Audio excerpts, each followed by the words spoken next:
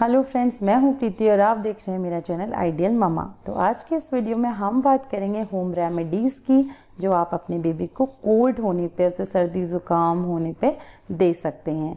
तो फ्रेंड्स, ऐसे बहुत ढेर सारी चीज़ें हैं जो घरेलू उपचार हैं जो आप कर सकते हैं अपने बेबी के साथ ट्राई, क्योंकि इनके कोई साइड इफ़ेक्ट भी नहीं हैं। पर एक चीज़ है कि आप होम रेमेडीज़ तभी यूज़ करें जब आपके बेबी का जो कोल्ड है, कफ है, वो इनिशियल स्टेज पे है। अगर वो बहुत ज़्यादा सीवियर हो गया है, बहुत ज़्यादा दिनों से उसको हो रहा है, तो आप डॉक्टर से कंसल्ट करें। फ्रेंड्स, अब कौन कौन सी ऐसी होम रेमेडीज़ हैं जो हम यूज़ कर सकते हैं बेबी के लिए कोल्ड के केस में। ये स्टार्ट करने से पहले एक रिक्वेस्ट है कि अगर आपने मेरा चैनल अभी तक सब्सक्राइब नहीं किया है तो प्लीज़ इसे सब्सक्राइब करें और शेयर करें ज़्यादा से ज़्यादा पेरेंट्स के साथ। तो फ्रेंड्स, पहली जो होम रेमेडी है जो हम यूज़ कर सकते हैं बेबीज़ के लिए कोल्ड होने पे, वो है सलाइन ड्रॉप। सलाइन ड्रॉप जो है वो मार्केट में भी बहुत ढेर सारी ब्रांड्स की अवेलेबल है, पर अगर आप मार्केट से सलाइन ड्रॉप नहीं लेते हैं या आपके पास नहीं है तो आप उसे घर पे भी बना सकते हैं। सलाइन ड्रॉप सिंपली एक सॉल्ट का सोल्यूशन है पानी में। आपको इसके लिए करना क्या है, 250 ml पानी लेना है, उसमें आपको 1/4 जो टीस्पून है उसमें नमक डालना है। आपको आधे से कम नमक पानी में डालें, आधे से कम चम्मच नमक। तो ये जो नमक और पानी का मिक्सचर है, इसको आप मिक्स करके प्रॉपरली इसे आप ड्रॉप बाय ड्रॉप बच्चे के नाक में डाल सकते हैं। तो इससे बहुत ज़्यादा रिलीफ होता है सर्दी जुकाम में। दूसरी चीज़, एक बहुत इंपॉर्टेंट चीज़ है कि हाइड्रेट योर बेबी। फ्रेंड्स, जब भी उसको सर्दी हो, जुकाम हो या कोई भी बीमारी हो, तो बच्चे को हाइड्रेट रखना बहुत ज़्यादा ज़रूरी है। बच्चे को ज़्यादा से ज़्यादा पानी पिलाएं। अगर पानी नहीं है तो आप जूसेस पिला सकते हैं, पर कोशिश करें उसे ल्यूक वार्म वाटर पिलाएं, बिल्कुल गुनगुना पानी उसे पिलाएं।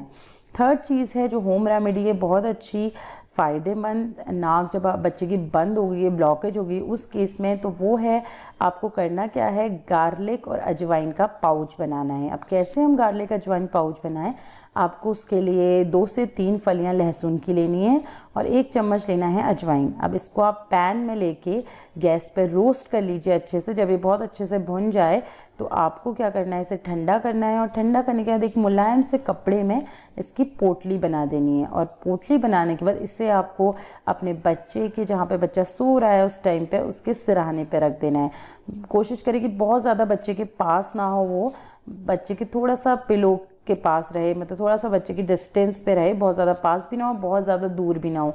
इसकी फ्यूम्स जो होती हैं वो बहुत ज़्यादा इफ़ेक्टिव ट्रीटमेंट है ब्लॉकेज के लिए। नोज़ की जब ब्लॉकेज हो गई है या फिर गले में कफ हो रहा है तो उस केस में बहुत ज़्यादा फ़ायदेमंद है। अगर आप इसको एक तो ऐसे यूज़ कर सकते हैं, दूसरी तरीका है इसको यूज़ करने का, आप बच्चे के जो पैर हैं उसके तलवे में इसे रब कर सकते हैं। आप इसे रब कीजिए, उससे भी क्या होता है, बच्चे को कफ एंड कोल्ड में बहुत ज़्यादा रिलीफ मिलता है। जो नेक्स्ट है होम रेमेडी जो हम यूज़ कर सकते हैं बच्चे के कोल्ड के केसेस में, वो है मस्टर्ड ऑयल विद गार्लिक। आपको करना क्या है, इसके लिए मस्टर्ड ऑयल आपको लेना है 1/2 कप, सरसों का तेल आधा कप आपको लेना है। इसमें आपको 2 से 3 फलियां लहसुन की डालनी है और तेल को बहुत अच्छी तरीके से गर्म करना है, बिल्कुल बॉईल करना है। और बॉईल करने के बाद इसे आप ठंडा कर दीजिए और ठंडा करने के बाद इससे आप बच्चे की मालिश कीजिए। इस मसाज से बच्चे का जो कोल्ड एंड कफ है वो बहुत जल्दी रिकवर होता है, बच्चा उससे बहुत जल्दी ठीक हो जाता है। अगर फ्रेंड्स, ये मेरे कुछ टिप्स थे जिनको आपको फॉलो करना चाहिए बच्चे के जब उसको कोल्ड या कफ हो रहा है। इसके अलावा एक बहुत अच्छा जो और एक चीज़ है वो है, आप ये होम रेमेडी नहीं है बट स्टिल आप बच्चे के लिए यूज़ कर सकते हैं, यूज़ ऑफ ह्यूमिडिफायर।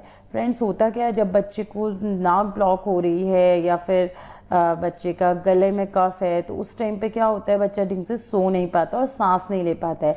तो ह्यूमिडिफायर जो होता है वो क्या करता है, जो एनवायरनमेंट में ड्राई एयर है इसे वो मॉइस्ट कर देता है। तो अगर ड्राई एयर जो है वो मॉइस्ट हो जाएगी तो क्या होगा, उससे एयर में मॉइस्चर रहेगा तो बच्चे को सांस लेने में दिक्कत नहीं होगी। कोशिश करें बच्चे के सोने के टाइम पे आप रोज़ ह्यूमिडिफायर लगा सकते हैं आराम से।